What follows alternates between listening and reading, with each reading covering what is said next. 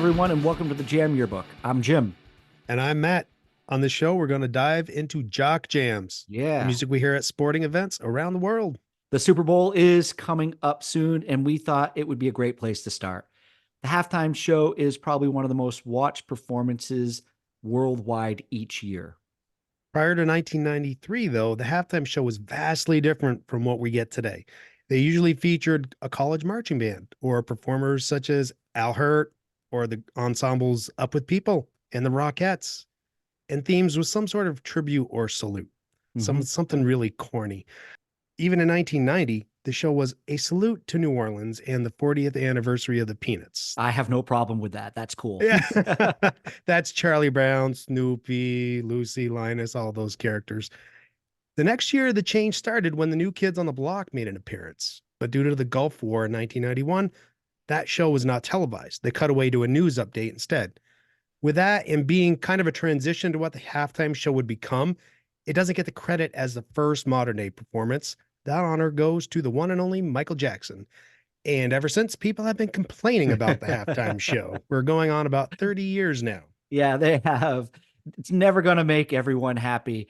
I think for myself, there have been possibly 5 to 7 great halftime shows in that span of 30 years.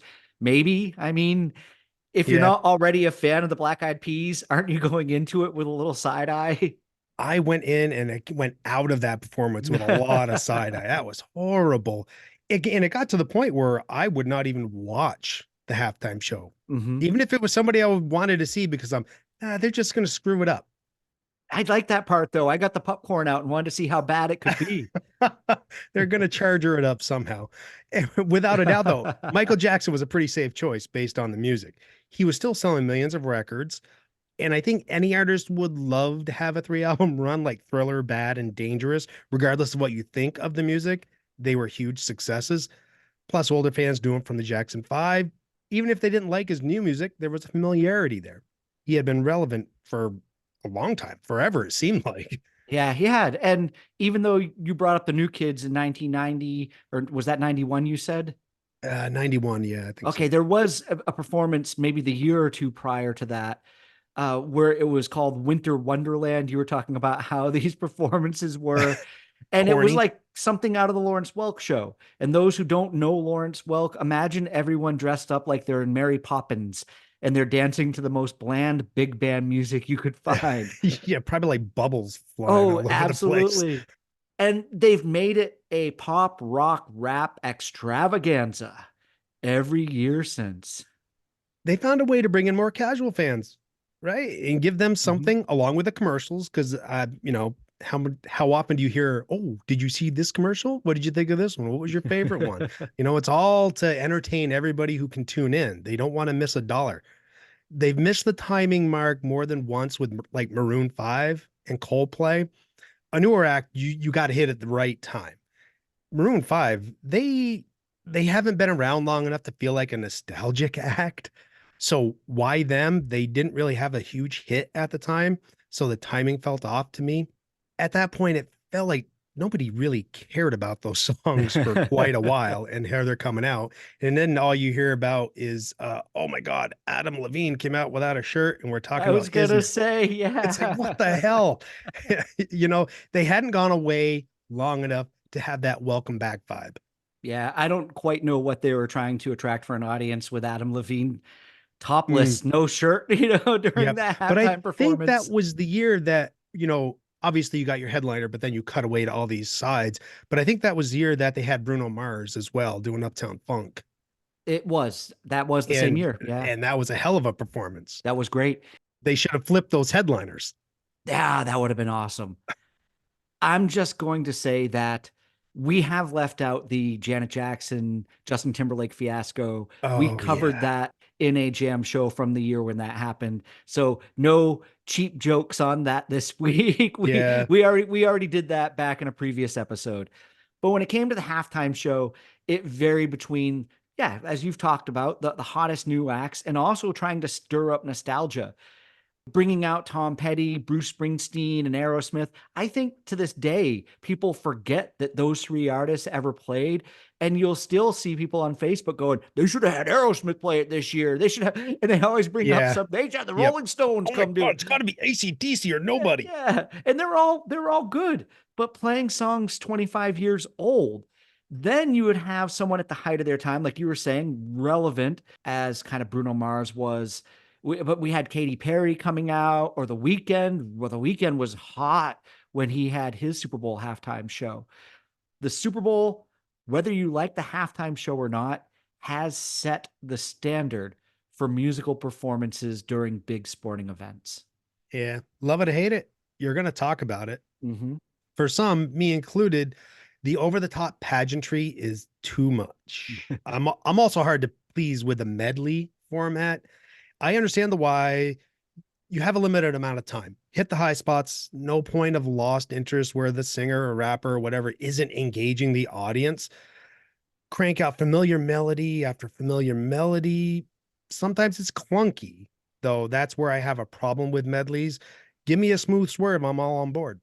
And it's gone from being the water cooler conversation on Monday morning to the first opinion someone posts 30 seconds after it's over on social media about whether they like it or not. And the debates ensue.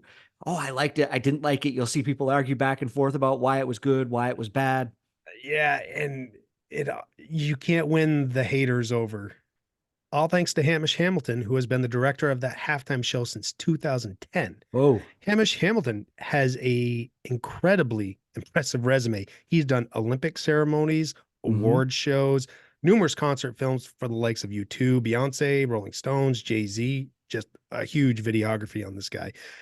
He has all these connections to pull from and a really incredible attention to detail. He's talented.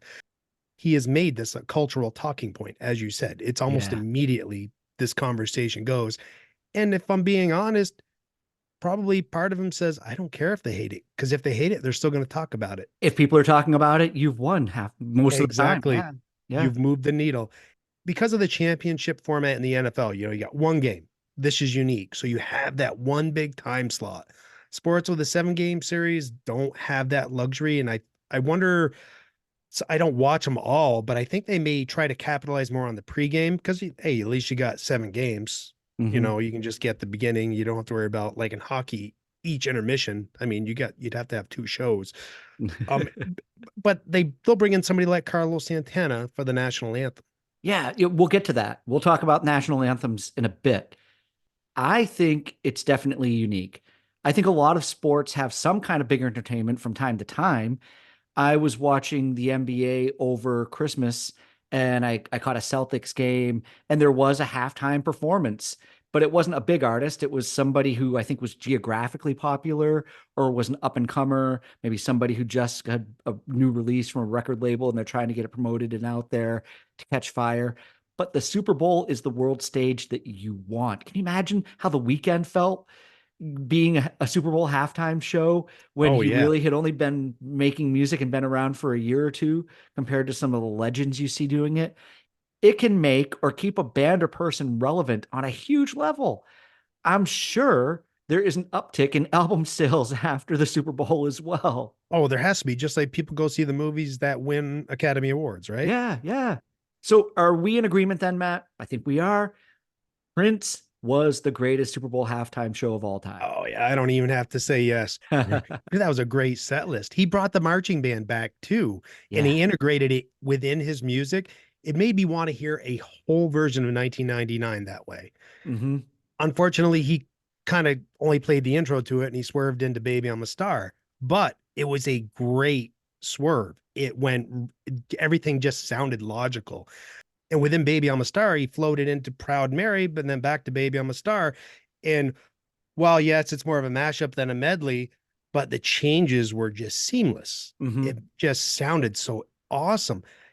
And that's where I don't mind medleys. You can bring it back and it flows around without harsh transitions. He brought the fire in the rain. He got poured on. Yeah. And he even slowed it down for All Along the Watchtower, but he slipped into the Foo Fighters' Best of You. and it was a great performance. Again, a medley, but the switch is smooth. It's flawless. And you just knew what was going to happen when that sheet went up Yeah. and you saw his shadow and he had that purple guitar. It's You so knew what was coming. visually cool though. Even if it was, people saw it as kind of sexual and this is Prince and of course this is what he's going to do on this world stage. There was also just something amazing about the imagery of it. If you take that away with the rain falling, the wind blowing, and just I don't know. Go look this up. It's one of the Yeah. very few Prince performances that he has no control over that sits on YouTube that you can go and watch. Yep. Singing Purple Rain in the Rain, man. Yeah. And the Who doesn't get enough credit. They put on an absolute banger of a show.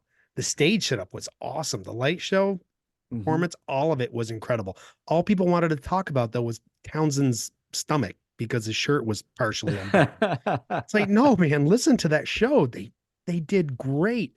I put that one right up there with Prince. I love that show. That's just more of what I prefer. I want more of a rock band. Hmm. Tom Petty and the Heartbreakers too. You mentioned him earlier. It wasn't a very exciting show, but they sounded amazing. If you were to go, you would have seen the Super Bowl and a Tom Petty show. That's pretty damn cool. Yeah, I watched that again this week. And you're not going to get a lot of jumping around or dancing. That's not what Mm, Tom Petty or his band do. yeah, But no, it was a good vintage show, and Petty was on form for that. yeah, It was really great awesome. show. 2 years ago, the show was Snoop, Dr. Dre, Mary J. Blige. That was awesome too. Yeah. The nostalgic timing couldn't have been better either. Not just nostalgia because they brought out one of the current best in Kendrick Lamar. Yeah, I like how they included a new up and comer.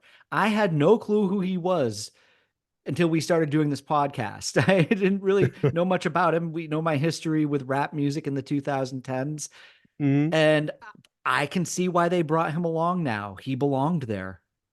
Yeah, and this is when my kids were like, "Oh man, Kendrick's going to be on the halftime show." I'm like, "Kendrick? Who's Kendrick?" "Oh, we've heard him. We heard this song." That's like, "Play me the song because I don't know this guy's voice well enough." But now I do.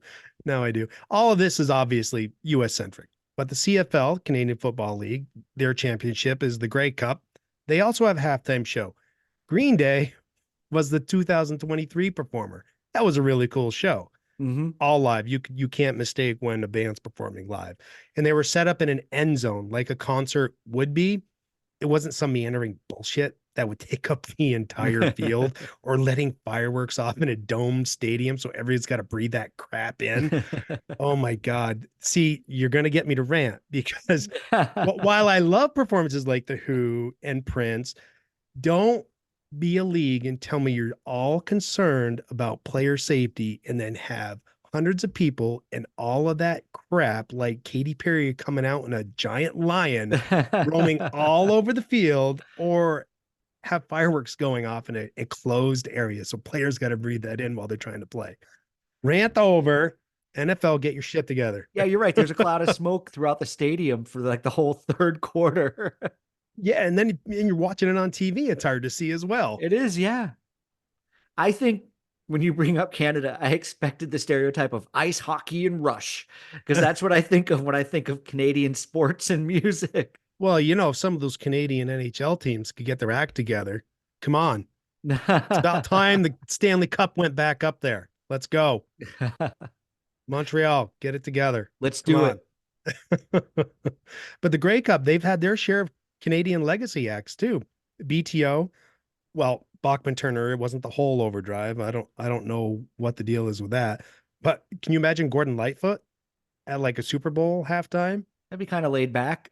It would be, but it was a Canadian celebration, Okay, yeah, right? yeah. It's Gordon Lightfoot, Brian Adams, Shania Twain, the That's Guess big. Who. Yeah, big. Yeah. I really like making a highlight of Canadian artists in a Canadian football league, right? Mhm. That Yeah. was a really fun rabbit hole. There were some really, really good performances. A couple years ago, they had couple bands I liked, Arkells and the Lumineers. That was a really fun show. I skipped Nice. over the Nickelback one though. Now, hey, now, it wouldn't have been the worst 15 minutes of your life. No, no, but isn't it the cool thing to diss Nickelback? Oh, And absolutely. full disclosure, I've seen them live. I'll admit it. Hey, it was a good show back in the day. I've been to a few stadiums over the years. Candlestick, Montreal Forum, Gillette, the old Foxborough Rich Stadium in Buffalo where the Bills play.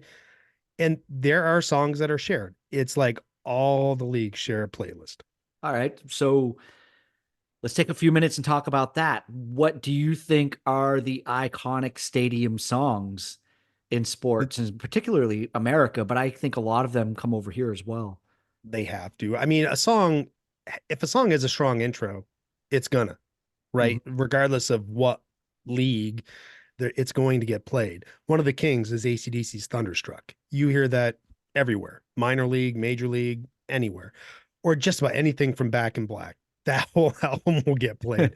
Enter Sandman, Eye of the Tiger, Crazy Train, that's a crowd pleaser. Yep. Van Yep. Halen's Jump Around by House of Pain. I was Yep. drawing a Oh, blank on big that, time. Yeah. right? Final Countdown, Europe. Oh. That keyboard intro, that's gonna get hit.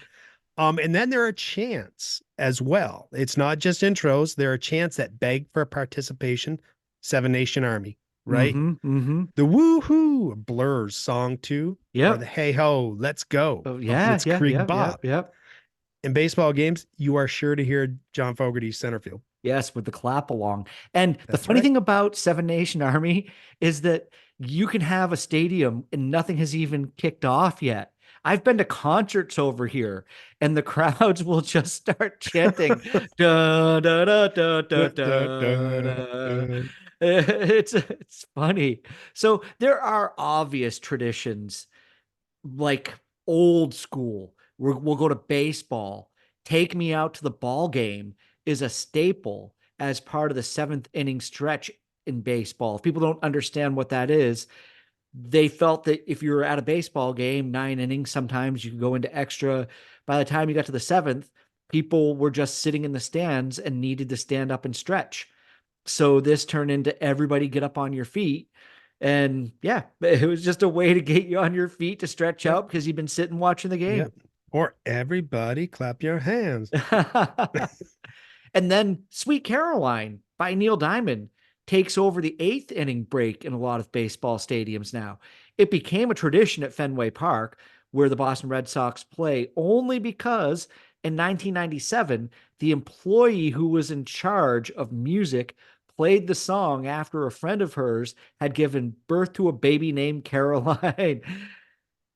But somehow, English stadiums over here picked it up and it's become a victory song for football in the UK. They sing Sweet Caroline at the end of a game. What songs have you heard that surprised you? You had to wonder, like, who put that on? The immediate one that I think of is Sweet Caroline. Okay. I had always wondered about that. I never understood how Sweet Caroline ever took hold. It's a great song, but now that you've told me the story, I'm like, oh, that's actually a pretty sweet story. So I should stop banging on it just because I get tired of hearing it. Um, it just doesn't sound like it would inspire a great performance, but now that I know the backstory, hey, that's pretty cool. Reaching Um, out. Yeah, and because Neil Diamond's from New York City, I didn't Yeah. quite get the Boston connection, but hey, I guess there doesn't have to be a regional connection. What does Um, touching it- you, touching me have to do with I don't know, baseball? Jim, but you're in Scotland, you can't touch me. So, No, yeah, that's fine. but I think that's one of those one that it's all about participation. I think they intentionally cut the music so the crowd can just go ba Ba, ba ba, ba. ba. And when that touching me, touching you line comes in, everybody immediately just starts belting that out. It's like a Yeah. crescendo to the ba ba ba. It just goes to show that almost everyone can go for a little slice of that Neil Diamond cheese. Oh yeah. And every time I hear it, I do go, man, we still really doing this? But Yeah, because it started with the Red Sox, or at least that's what yeah, I'm a yeah, Yankees sure, fan. whatever. Moving Or on. or I really love the song and I just don't want it ruined for me. But hey, you see the wave coming, you're doing it. Yeah, you are. Yep. And there is some individuality as well. I remember going to a Patriots game and they had a running back named Mike Cloud. Every time he got tackled, they'd play the Rolling Stones. Hey, you get off of my cloud. It's cool when they take a song and make it relevant to a situation. Yeah. Now, Matt, we aren't able to have a jam show recently without mentioning Taylor Swift. And here I go again. On my own. Yeah, you'd have to live under a rock to not know she's been dating Travis Kelce of the Kansas City Chiefs. And even if you don't follow any American football, you probably know she's dating an American football player at the very least. Well, the Chiefs went in to the Broncos Stadium in Denver and they lost the game. At the end of the game, Taylor Swift's Shake It Off was played throughout the stadium to troll the Chiefs. I think that's pretty funny. Yeah, it is. It's not a dig, it's not super personal. The Broncos used music to poke a little fun at their opponents, and that's kind of cool. Yeah, and they're division rivals. They're going to play twice a year. So anytime you get that little poking stick out and you're able to use it, you're going to use it. It was a fun and harmless way to take a dig at the opponent. It was. And some players, they come into a game with their own theme song, like they're professional wrestlers or something. Baseball's huge for this. Mariano Rivera, probably the best relief pitcher of all time, used to enter Yankees games to enter Sandman. He was lights out. The song couldn't have been more appropriate because more than 500 times he entered a game and that game was over. It was lights out. Yeah, Yes. it was a very appropriate song. I haven't seen anything in the US like in the UK though, where there are songs created specifically for the football teams or even players. I mean, some of our teams over here at NFL, they have these corny old fight songs. Mm-hmm. I think the Chargers are still embarrassed by their disco inspired Inferno. And obviously, while I love Prince, the song he made for the Vikings would not inspire me to run through a wall. So we're going to come over to this side of the pond for the listeners over here. Music in UK stadiums is interesting and entertaining. Soccer stadiums, that's proper football for my British friends, are filled with choruses. You will never see so many grown men singing along. There are songs about past glory, songs that disgrace the opposing teams. Football fans never miss a chance to enjoy some banter at the expense of their rivals.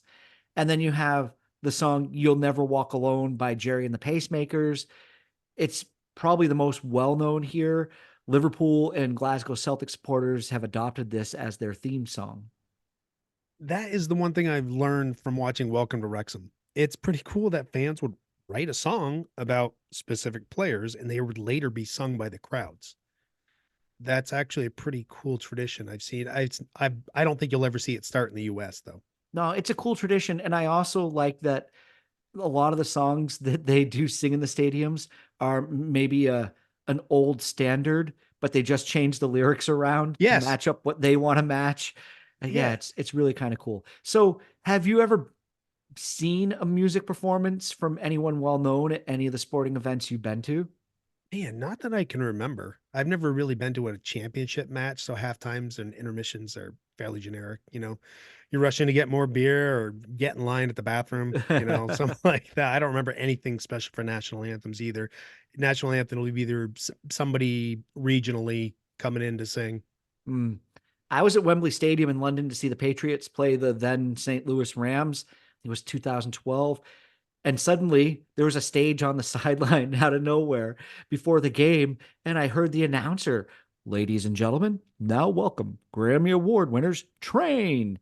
And all of a sudden, there I was, no choice, at a 3-song Train concert. Hey, soul sister. Yep, that was one of them. I can see them doing that for international games, much like the Super Bowl. You got one game on. It's a huge spotlight on those being the only game on at the time. Going back to what I said about entrance songs, then I was thinking about this earlier. Think about this. If you were a sports star, or if it happened to be walking into work each day, what would your walk-on song be? All right, you gave me some heads up that you were going to ask me something like this, so I put in a little bit of thought, and actually it came to me pretty quick. I'm going to go with White Zombie, More Human Than Human, and I'm a pro wrestler. Work, because I think that'd be pretty intimidating. Yep. Work, Johnny Paycheck, take this job and shove it. I guess. Nice. I think if I was going to be a pro wrestler, I didn't even think of that. It's a good choice. I'm going to right away just say Rage Against the Machine, Know Your Enemy. Oh yeah. Yeah, that's you fire the crowd up and shake the ropes like the Ultimate Warrior or something Yeah. like that. Yeah. And then for work, I'm gonna say Loverboy's working for the weekend because I'm a 9 to 5er, Monday through Friday. So Oh that's my yeah. life. Yeah. Yeah, and it would be inspire you because you're not working on the weekend. But yeah, wrestling's probably coming out of left field. But that White Zombie intro, that could inspire a great light show. And it's got the attitude that you want from Yeah. something like that. Yeah, well, there's a wrestler over here in Scotland called Grado, and he comes out to Madonna's Like a Prayer. He's loved by the audiences. He's actually kind of a national icon of Scottish wrestling. And when he comes out, you have a bunch of grown men up on their feet singing along, clapping and dancing to Madonna. It's hilarious. When you call my name. Yeah, I Yeah, guess I could see that, right? it Does is he do the whole funny. song? Oh yeah, you should go and watch it. It is absolutely hilarious. Oh It's my so much fun. God. Yeah, yeah. Johnny Paycheck, cut thinking about my previous song. That might be for when the week's over. If I'm going into work though, it's probably going to just be whatever new song I'm obsessing over. At that time. Yeah. Yes. Yeah, because we need that. We need those, what do we call them? Victory songs or fight songs, when we're Yes. heading into work. I understand that. So let's stay on wrestling for a minute because I think this can be mildly entertaining. Yeah, it is. Wrestling's dipped in and out of big associations with music over the years. It is now called sports entertainment, so that kind of makes sense. During the Attitude Era of the WWE in the late 90s, early 2000s, I can remember The Undertaker coming out to Limp Bizkit's Rollin' on a motorcycle. Oh, bad choice. It was. I And preferred him as Dead Man Walking. yeah, yeah. And Triple H came out to a Motorhead song, The Game. I don't know if they wrote that song specifically for him or if it was something that they had already in the can. It worked really well for him, though. I thought it was a very fitting song for his character. And then, do you remember going back into the 80s? Cyndi Lauper, she had Hell yeah. yeah, getting into the wrestling scene. Oh yeah, Captain Lou Albano, right? The guy with all the rubber bands in his beard or something. Yeah. Yeah, he was her dad in the Girls Just Want to Have Fun music video. Yeah, they used the rising popularity of MTV, and there were a few music videos featuring the entire lineup of the WWF. I went back and watched a few of these this past week, and if you really want to go down a sad and silly rabbit hole, Mm. just go to Google and punch in, WWF group sing along or music Yeah, videos, because and wasn't it like the Land of a Thousand Dances or something their Land of a Thousand that they did like We Are Dances. the World style? Yeah. There's this music video where it looks like Hulk Hogan's up on stage playing bass or guitar or something. All the guys are around playing trumpet and horns, and Vince McMahon comes strolling out to the center of the stage and sings some disco song. I forget what it is. And I remember going to the Newport Rec Center one night. They were showing one of the WrestleManias, and Alice Cooper came out with Jake the Snake Roberts. So they did have Yep, little yep. tie-ins there, but I don't think they did too much performances because I think they wanted the focus to remain on the performers, on the wrestlers, Yep, yep, and yep. didn't want them to take a back seat to anybody. And they were pushing that WWF album as well. Yeah, they were. Because it used to be WWF, right? Yeah, yeah. So I did some looking around because we had talked about this kind of jokingly, and I didn't really see too many big performances during their big events. There were surprises. I didn't realize the people they had come in to sing America the Beautiful in the past. They have had Ray Charles, Willie Nelson, Whoa. Aretha Whoa. Franklin. I'm like, No. holy shit, that's kind of cool. And they would have somebody like Motorhead play the intro for the wrestlers as they're going to the ring. I think that's actually pretty cool as well. Yeah, it is. That's a good way Yeah. to do both at the same time. You're keeping the focus on the wrestler and giving them a good performance. That's a really Hmm. cool way to do it. And there's no real halftime at events like that, but if you sprinkle them in like that, it makes a lot of sense. It does. All right, stepping away from wrestling, I know, we're dating ourselves now a little bit, but we're going to go from the 80s to the 90s. Do you remember how big Jock Jams was in the early 90s? It was an amalgamation of NBA basketball and hip hop music. Yeah, I remember seeing the commercials whenever I was watching ESPN because Sports Center was on like, I don't know, 20 times a day. And for some Y'all reason ready it for had, this? yeah, oh my God. So I looked those up and those were some pretty eclectic mixtapes. you'd be going from Coolio to the Macarena to Yeah. Macho Man by the Village People. They look like some pretty unsafe public listening. And you want to go back to the guilty pleasure conversation we were having last show? I don't think an organ rendition of Happy and You Know It is on anyone's list of guilty pleasures, but it might cause an accident if you're driving and there's a mad dash to turn it off before somebody catches you. You know, you're yelling out the way. It's random. I did not play that on purpose. I got a car seat. See, there's a reason why that song played. Oh my Yeah, word. sure, sure, Matt. Yeah. Sure, Oh, you weren't hey. listening. Yeah. I don't have a minivan anymore. I'd rather get caught with that than the Kids Bops originals. Originals. But also, how iconic, you were talking about America the Beautiful, is the national anthem at big sporting events in America. They even do it over here a bit, but once again, especially the Super Bowl. My British friends like to poke fun at American sports, but most say that the American national anthem is impressive compared to God Save the Queen, or whoops, sorry, the God Save the King. Oh, yeah. You know, I hadn't thought Yeah. about that. So what specifically about American sports do they harp on? I have a few ideas.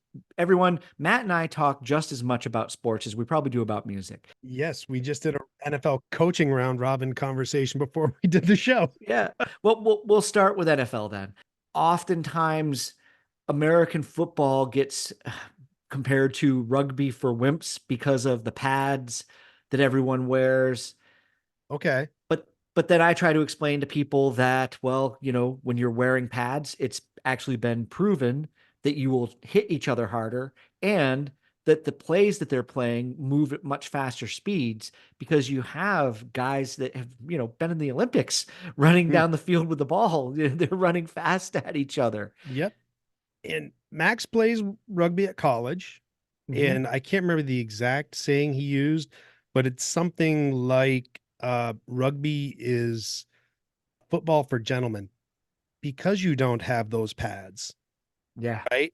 It does turn in, yeah, you have hits. The action is more constant, you know, like you would in soccer.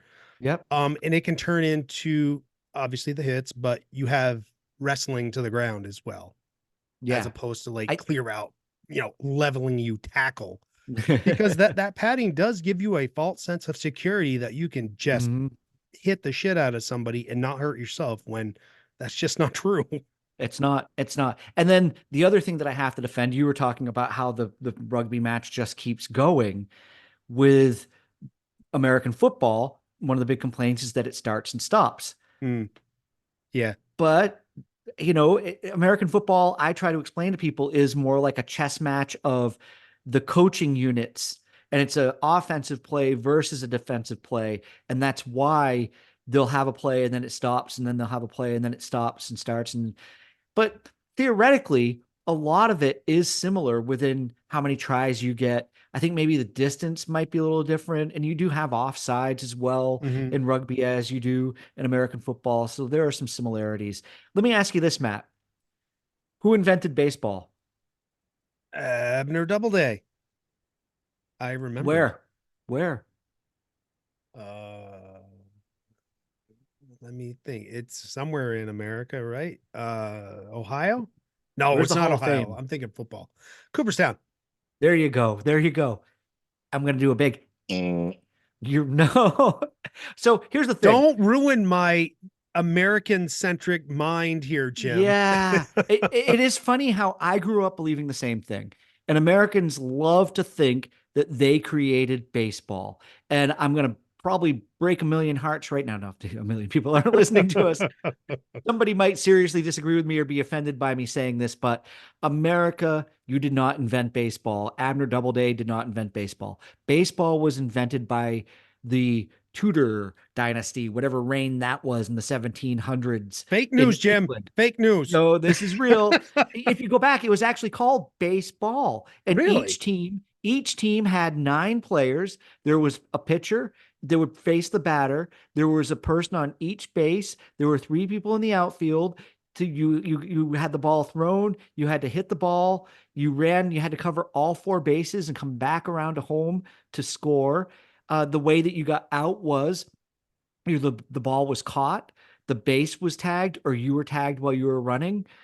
There aren't a lot of uh differences between this game that was invented in the 1700s and what is modern day baseball. They called it baseball? They called it baseball originally, but then it Okay. got changed to Right. rounders kind of as just a way to Rounders. simplify it. But did they have the designated hitter? That's funny. They probably didn't, but neither did the National League until a couple of years ago. Yeah, get rid of that. You're just making it so older players can hang on. Yeah, that's all you're doing. And you don't want to ruin your pitchers. No, of course. I mean, you're definitely giving a bit more of a career to your God, pitchers bring back doing the that. pitchers like Nolan Ryan and Roger Clemens. Now listen to Matt be American centric, and he's just like, I'm not going to listen to this, so I'm just going to change the subject. So I would say Abner Doubleday probably, or maybe, brought some rule to the game and maybe set it up so maybe there were 9 innings, because they used to do innings. I couldn't find how many innings a rounders game went for. I will pick on British people and say this: everything gets simplified over here, and you find that in a lot of communication, just in speech. But soccer was originally called soccer when it was invented over here. Really? Yes, it was really called soccer, but they had to call it football because just, and then they had a game called baseball, but it got dumbed down to rounders. But here's the funny thing about rounders is that it's a children's sport.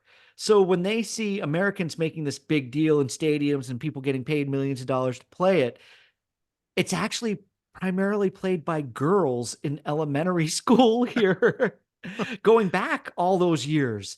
So they're dumbfounded that there are a bunch of grown men in America running around playing this game and That's getting pretty paid funny, that. actually. Yeah, yeah. One of the differences is that the bat is a small, thin stick, like More stickball. like stickball.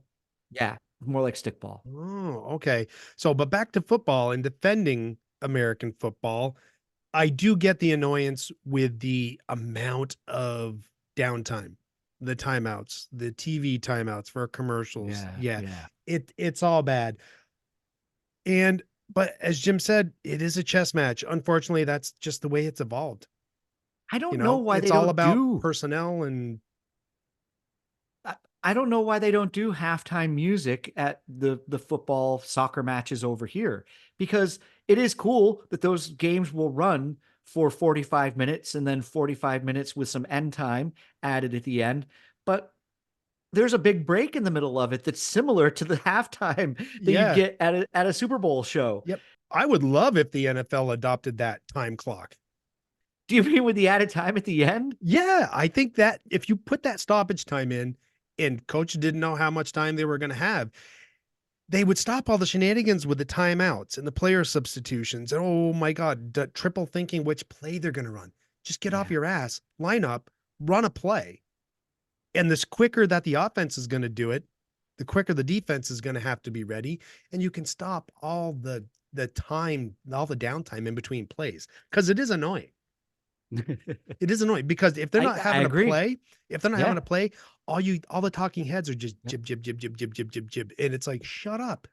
One of the worst things that ever happened to American sports was the TV timeout. It's Oh just my crazy God. stupid. 100% agree. 100% Yes, agree. And everybody in the UK that thinks American sports is ridiculous in that fashion, yes, they are. you're right. All right, so let's get back on track here, and we can start to wrap the show up, because I think we're digressing as we like to do more often. Yeah, Yeah. we got a sports podcast to do after this. So let's get back to the national anthem. Oh, people complain about the national anthem renditions more than the halftime show, I think, because at least some people do like the halftime show. It seems like you cannot please anybody with the national anthem. Some are just uncomfortable hearing it played and sung a certain way that doesn't sound like it came out of the 1950s. Like they want something very, very traditional. And Yeah, it's a song. Songs get covered all the time. There's more than one way to do it. and every artist gets their right to an interpretation of it. Yeah. And I've never seen an artist disrespectful to it. No, but some really don't do it well. Like No, they don't Carl do it Lewis. well. Carl Yeah. Lewis. That That was was a pretty bad. hard to Or watch. actually, I'll take that back, because Roseanne Barr's national Oh, anthem, that was disrespectful as that hell. was one of the most disrespectful things I've ever seen. Yeah. Yeah. But you know what? If you're having her come out and do the national anthem, you're going to get what you're going to get. You're asking for it. Yeah. This year's Super Bowl sees Reba McEntire singing the national anthem and Usher performing the halftime show. I am bracing myself for the deluge of Reba should have performed the halftime show Oh, yeah. comments. They're going to flood my social media feeds, even if Usher does a great job. I just know that I've got a bunch of family and friends out there. No offense to you, I love you all, but they're country music fans. And I'm sorry. I realize that Reba McEntire's on The Voice And now, she I was think. amazing as in her career. She probably could be great as a halftime show. Yeah. Yeah, no disrespect to what she's Mhm. accomplished, but musically, is she relevant? Not so much anymore. Yeah, it doesn't mean that you can't respect what she's accomplished in the past. I'm not saying she shouldn't do it, but I'm kind of fighting against the argument of what you just laid out there of people wanting to flip those two. But really, when was the last time Usher was relevant? Does he have a new album out? I don't know. I kind of Yeah. have to say maybe, maybe not. I mean, he could be considered a legacy act for R&B. Yep. Well, probably falls into line with the one with Snoop and Dre and Eminem, where they're thinking that maybe we can capitalize on that kind of Yeah. energy. Okay. So the last thing I'm going to bring up was that I noticed watching sports this year, again, from the States, there was a lot of music that was either regional or generational. I was watching a Patriots game, and we know this is in Boston. It's from our area. We're 50-year-old men. We are that age bracket of guys who are going to be able to afford, if we could afford it, season tickets to Yeah. a game. The 40+ crowd, and it was playing a lot of alternative rock music. I heard Alice in Chains, "Man in a Box." Do you think, like, if you're down south, you're going to hear more country music, or maybe if you're in Detroit, you're going to hear more hip hop, or something along those lines? I think you're right. I think there will be some regional biases, obviously. I never hear a country during a hockey game, Yeah, yeah, in Montreal or Boston. Maybe in Montreal they might play Shania Twain because she's yep, yep, Canadian. I wonder if it does depend on the sport too. Baseball players get to choose their walk-up music. Mariano had Enter yeah. Sandman. Major League Baseball players are an international bunch. Central America, Oh, it's full of Latin music. they provide a lot of players to Major League Baseball. NBA too is pretty international. Hockey's hella Oh yeah, international. big time, big time.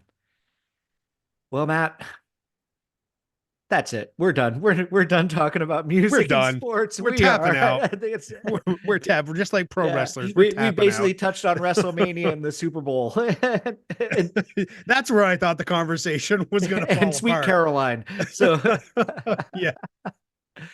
that's fine. That's fine. But guess what? We get to begin doing again on the next show. We are going to recap January. Yeah. And so far, we're having some pretty Yeah. good We luck. much better than December, which is why we didn't really cover Yeah, December, even if Matt cheated in the last episode. Yeah, a I little bit. did. I did. Because there were some notables. I guess I could have waited until January and had a one and a half I or think there's something. enough music that's come out, which does make this kind of nice. There's enough stuff that I Hmm. found in January that I'm excited to tell people about that they may have missed. Because you know what? We're all distracted in January. We've come off the high of the holidays, and we're just settling into the grind of heading towards summertime and taking vacations and everything like that, and graduations. And Yep. Yeah, and everybody's starting to fail on their resolutions yeah. and getting back into their old familiar Yeah. bad So we're gonna find habits. some good music for you, and we'll get that ready to set up for the playlist. I think it's my turn to say goodbye this time. Always, Jim. Oh no, not always. No, no, no. But we want to thank everybody for listening to the Jam Yearbook. Always make sure you check out our social media if you have the opportunity, our group page that we have on Facebook. Just come along and add us or check us out. We are also on Twitter. We have just surpassed the 2,500 plays on Spotify, which is exciting. I'm sure we're getting plays on other platforms as well. We want to thank everybody who's taken the time to listen to 30 seconds of us, because that's how you get to play before you shut us off. But no, if I know it sounds so magical until you realize the rules it takes. Yeah. It's like getting impressions on something you put on TikTok. 1 second and you get an impression. Holy shit. How are we gaming the system Somebody's now? definitely listened to us for a couple of minutes and been like, this sucks, and turned it off. Yeah. Tell your wife, tell your kids. We understand. We're not bothered by that. But thank you to everybody who Yeah, has taken exactly. that time. And we hope you have had a good New Year. We hope you have had a good holiday season. And if you have failed on your resolutions, don't worry, because you're not the only person speaking into this podcast, Mike, or listening to the podcast who's probably done the same. I'm keeping one. I haven't had a Good drink for all month. you. Good for you. I declared damp January. I thought that was a little more reasonable. Damp January. Yes, yes. What is that, where you just douse a sponge and you just let it and you breathe it in or something? What's going on with that? So we'll be back in February, absolutely steaming, doing the next show probably. Return to binge drinking, everybody. But thanks again for listening. We appreciate it. Matt, say goodbye to the great people out there.